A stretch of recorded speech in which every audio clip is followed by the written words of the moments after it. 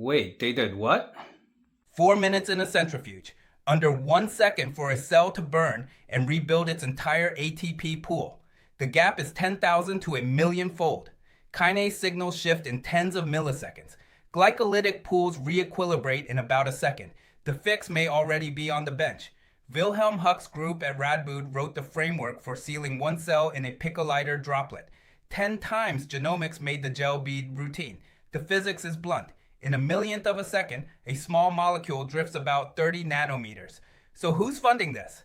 Across 17 plus government databases, tracked funding comes to just over $3 million. Then, June 2025, Chinese filing CN 121-260A, a droplet microfluidic platform for single-cell metabolite mass spectrometry. In operating rooms, the clock is worse. You've already met the small version of this fix. Now scale that idea down to a millisecond. The honest catch, at today's 20 to 60 micron droplets, a rest lands in tens to hundreds of microseconds. Not one, still thousands of times faster than a spin.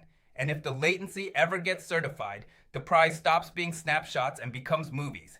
Thousands of cells arrested at 1, 10, 100 milliseconds. China holds 7 of 16 tracked records. The surveyed U.S. federal file shows no dedicated program. Whoever certifies the latency owns the reference clock. Calm. Subscribe for daily emerging tech intelligence. If this is your thing, hit follow.